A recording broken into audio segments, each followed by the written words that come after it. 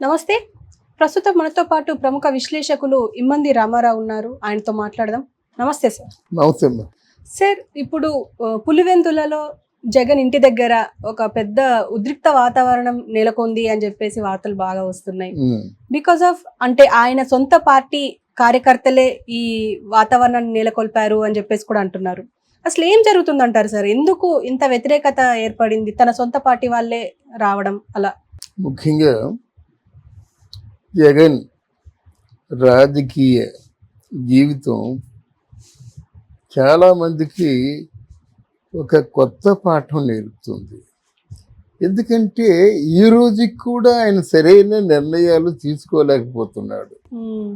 ఏమిటంటే వాళ్ళ ధోరణి ఏమి మారలేదు, ఆయన మారలేదు. ఏదో జరగకూడని పొరపాటు జరిగిపోయింది, అందువల్ల నేను ఓడిపోయాను అనుకుంటున్నాడు. కానీ తన పరిపాలన మీద వ్యతిరేకత ఉంది. ఇంత ఘోరంగా ఎవరు ఓడిపోరు కదా. తర్వాత ఆయన ఇంకో మాట అంటున్నాడు, 2029లో తెలుగుదేశం కూటమికి కనీసం 10 దాటనివ్వనని చెప్తున్నాడు. అంటే సింగిల్ డిజిట్లోనే వస్తాయి, రాకపోతే ఏదేదో అంటారన్నమాట. ఎందుకంటే అనాలోచితంగా మాట్లాడే వాళ్ళు ఆలోచించరు కదా, ఆలోచించని దాన్నే అనాలోచితంగా అంటారు. అసలు ముందు ఎందుకు ఓడిపోయాం, ఈవీఎం తీసి పక్కన పెట్టండి, వెంటనే ప్రజలు కూడా ప్రశ్నిస్తారు. మరి అంతకుముందు 2019లో నువ్వు ఈవీఎంల వల్లే గెలిచావని అంటారు కదా. ఈ ప్రశ్నకు సమాధానం రెడీగా ఉంది, గతంలో నువ్వు చేసింది. కానీ ఎందుకు ఓడిపోయాం, ఎందుకు వ్యతిరేకత వచ్చింది, ప్రజలు మన గురించి ఏమనుకుంటున్నారు, ఏమనుకుంటే ఇంత ఉధృతంగా వచ్చి ఓట్లు వేస్తారు. వీళ్ళే కాదు, అంటే మరి ఇతర రాష్ట్రాల్లోనూ ఇతర దేశాల్లోనూ ఉన్న తెలుగు వాళ్ళందరూ, ఓటు ఉన్న వాళ్ళందరూ వచ్చి వేయబట్టే కదా 86 పైచీలకు పర్సంటేజ్గా ఓట్లు వచ్చినాయి పిఠాపురంలో. అందువల్ల అది మనం అంటే ఎనలైజ్ చేసుకోవాలి, విశ్లేషించుకోవాలి. పార్టీలో ఉన్న సభ్యులతోని, పార్టీ సభ్యులతోని, అందరితోని చర్చించాలి. ఈ పార్టీ ఓడిపోయిన వాళ్ళు ఎలాగా రారు, 10 మందితోని చర్చించుకోవాలి. అది కాకుండా నీ మనసులో ఏముందో అంబటి రాంబాబు, ఆ కొడాల అని, ఆ రోజా, అనిల్ కుమార్ యాదవ్ ఎవరైతే ఆ కళ్ళు మూసుకొని పేలుతూ ఉంటారో అర్థం లేకుండా మళ్ళీ వాళ్ళే కలుపుకుంటున్నావు, వాళ్ళ చేత మాట్లాడిస్తున్నావు. అరే సెషన్స్ ఇంకా స్టార్ట్ కాకముందు అది ఆ ప్రామిస్ చేసావు ఏం చేసావు, ఈ ప్రామిస్ చేసావు ఏం చేసావు అని చెప్పి వాళ్ళు అనుకుంటున్నారు, అని అరుస్తున్నారు, గట్టిగాను తిడుతున్నారు. పోనీ వాళ్ళు ఏదో మామూలుగా బుద్ధి జ్ఞానం లేని మంత్రులు అనుకుందాం. నీ బుద్ధి ఎక్కడికి పోయింది? ఇంకా సెషన్స్ జరగకముందే పోలవరం ఎప్పుడు పూర్తవుతుందని ఒకటి, రెండోది స్పెషల్ స్టేటస్ గురించి ఇంతవరకు మాట్లాడకపోవడం చంద్రబాబు చేసిన మరో పాపం అని సాక్షాత్తు జగన్మోహన్ రెడ్డి చెప్పడమే. దీన్ని మీరు ఎలా ఆలోచిస్తారు? మీరంటే ప్రజలు అరే ఏమీ లేదు కదరా, ఇంకా ఏమి చేయలేదు కదా. నిన్న స్పీకరు ప్రమాణ స్వీకారం అయింది, వాళ్ళందరి స్పీకర్కి ఏమో అభినందనలు చెప్పారు, బాగానే ఉంది. సోమవారం ఎప్పుడో వాళ్ళు మొదట దానికి ఒక ప్రోటోకాల్స్ ఉంటాయి కదా, అంతేగాని స్పీకర్ ప్రమాణ స్వీకారం అయినట్టే మేము స్పెషల్ స్టేటస్ కోసం పోట్లాడతాము అని అంటారు కదా, నవ్వుతారు కదా. దాని ప్రోటోకాల్స్ ప్రకారంగా చేయాలి. అయినా స్పెషల్ స్టేటస్ అన్నదాన్ని ముగిసిపోయిన అధ్యాయం అని చెప్పారు, అది ముగిసిపోయిన అధ్యాయం అని చెప్పారు. అందువల్ల మళ్ళీ నువ్వు ఎలా అడుగుతావు? నువ్వు స్పెషల్ స్టేటస్ అడగాలంటే ముందు నిధులు తెచ్చుకోవాలి. ఈ నెలలో ఎక్స్పెండిచర్ని మీట్ అవ్వాలి వాళ్ళు. ఈ నెలలో ఎక్స్పెండిచర్ అలా కళ్ళు మూసుకుంటే 1వ తారీఖు వచ్చేస్తుంది. మీరు ఎలాగైతే చెప్పారో కళ్ళు మూసుకుంటే 5 సంవత్సరాలు గడిచిపోయాయని, కళ్ళు మూసుకుంటే 5 సంవత్సరాలే గడిచిపోయి ఒక మాసం గడవదా? మాసం అంటే గవర్నమెంట్కి ఎలా ఉంటుందో తెలిసిన మొత్తం ఇవన్నీ మీట్ అవ్వాలి, శాలరీస్ మీట్ అవ్వాలి, అన్నీ మీట్ అవ్వాలి కదా. అయినా ఖర్చు అంతా మనం ఇన్వెస్ట్మెంట్ ఎంతైతే గవర్నమెంట్కి ఉంటుందో అంతా ఫుల్గా పెట్టుకోవాలి. మరి డబ్బులు లేవని ఒక రోజు లేట్ చేస్తే గౌరవ చేస్తారన్నమాట, మాకు ఇంకా జీతాలు రాలేదని. ప్రతిపక్షం అని అంటారన్నమాట, జీతాలు ఇచ్చుకోలేని స్టేజ్లో మీరు ఉన్నారని అంటారు. ఇవన్నీ గొడవలు ఉంటాయి కదా. ఈ గొడవల మధ్య నువ్వేమో స్పెషల్ స్టేటస్ ఎప్పుడు చేస్తావో చెప్పు అంటే వీళ్ళు ఏం సమాధానం చెప్తారు. ఈ ఉపోద్ఘాతం ఎందుకు చెప్పానంటే, పులివెందుల్లో వాళ్ళ పార్టీ వాళ్ళే తిరగబడ్డారు. అసలు పులివెందుల్లో నీ నేపథ్యం ఏమిటి? నీ చెల్లి షర్మిల, ఇంకొక చెల్లి సునీత, వీళ్ళిద్దరూ నిన్ను తిట్టకుండా తిట్టారు. ఫయానా నీ తల్లే మా షర్మిలమ్మకి ఓటేయండి అని చెప్పింది. ఇది నీ నేపథ్యం ప్రస్తుతాన్ని పులివెందుల్లో. అందరూ వీడెక్కిపోయి ఉన్నారన్నమాట.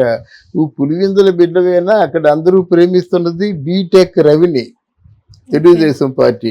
ఓడిపోయినప్పుడు కూడా ఆయన పెద్ద ఆఫీసు అంతా సక్రమంగా అంటే జన ప్రజా దర్బార్లు ఇవన్నీ మెయింటైన్ చేసుకుంటూ పులివెందులని నమ్ముకొని ఉన్నాడు. నువ్వు ఎప్పుడో ఎలక్షన్లో పోటీ చేసే ముందు వస్తావు, నమస్కారం పెడతావు. మళ్ళీ 5 సంవత్సరాల తర్వాత వస్తే ఏం చేస్తారు ప్రజలు? కడుపు మంట, తిరగబడ్డారు. తిరగబడితే మీ ప్రజలే కదా, నీకు భయం ఎందుకు? ఇప్పుడు ఎవరైనా మన ఊరు వెళ్ళినప్పుడు పొంగిపోతాం అన్నమాట. ఎందుకంటే అందరూ మన వాళ్ళే. అదే ఆ జ్ఞాపకాలు ఇవన్నీ చూసి అసలు ఎవరైనా ఎందుకు మనకి ఆ ఊర్లో పుట్టి పెరిగినప్పుడు. కానీ ఆ ఊరు వాళ్ళే నీ మీద దాడి చేశారంటే నువ్వు ఎంతగా పతనం అయిపోయావో ఆలోచించాలి. అయితే నువ్వు చంపేదేవరిని నీ ప్రజలే కదా. అందువల్ల నువ్వు చేసిన పనులు నీ సొంత గడ్డ మీదే తిరుగుబాటు చేయించేలా చేశాయి.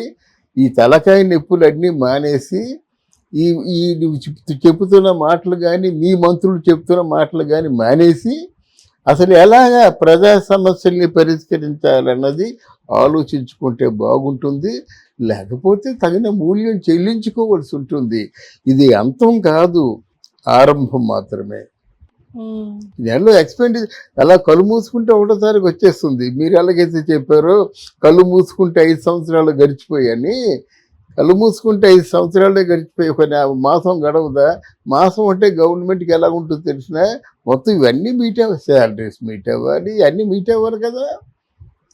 అయినా ఖర్చు అంతా మనం ఇన్వెస్ట్మెంట్ ఎంతైతే గవర్నమెంట్కి ఉంటుందో అంతా ఫుల్గా పెట్టుకోవాలి. మధ్య డబ్బులు లేవని ఒక రోజు లేట్ చేస్తే గౌరవ చేస్తారన్నమాట, మాకు ఇంకా జీతాలు రాలేదని. ప్రతిపక్షం అని అంటారన్నమాట, జీతాలు ఇచ్చుకోలేని స్టేజ్లో మీరు ఉన్నారని అంటారు. ఇవన్నీ గొడవలు ఉంటాయి కదా. ఈ గొడవల మధ్య నువ్వేమో స్పెషల్ స్టేటస్ ఎప్పుడు చేస్తావో చెప్పు అంటే వీళ్ళు ఏం సమాధానం చెప్తారు. ఈ ఉపోద్ఘాతం ఎందుకు చెప్పానంటే, పులివెందుల్లో వాళ్ళ పార్టీ వాళ్ళే తిరగబడ్డారు. అసలు పులివెందుల్లో నీ నేపథ్యం ఏమిటి? నీ చెల్లి షర్మిల, ఇంకొక చెల్లి సునీత, వీళ్ళిద్దరూ నిన్ను తిట్టకుండా తిట్టారు. ఫయానా నీ తల్లే మా షర్మిలమ్మకి ఓటేయండి అని చెప్పింది. ఇది నీ నేపథ్యం ప్రస్తుతాన్ని పులివెందుల్లో. అందరూ వీడెక్కిపోయి ఉన్నారన్నమాట. నువ్వు పులివెందుల బిడ్డవేనా? అక్కడ అందరూ ప్రేమిస్తున్నది బీటెక్ రవిని, తెలుగుదేశం పార్టీ. ఓడిపోయినప్పుడు కూడా ఆయన పెద్ద ఆఫీసు అంతా సక్రమంగా అంటే జన ప్రజా దర్బార్లు ఇవన్నీ మెయింటైన్ చేసుకుంటూ పులివెందులని నమ్ముకొని ఉన్నాడు. నువ్వు ఎప్పుడో ఎలక్షన్లో పోటీ చేసే ముందు వస్తావు, నమస్కారం పెడతావు.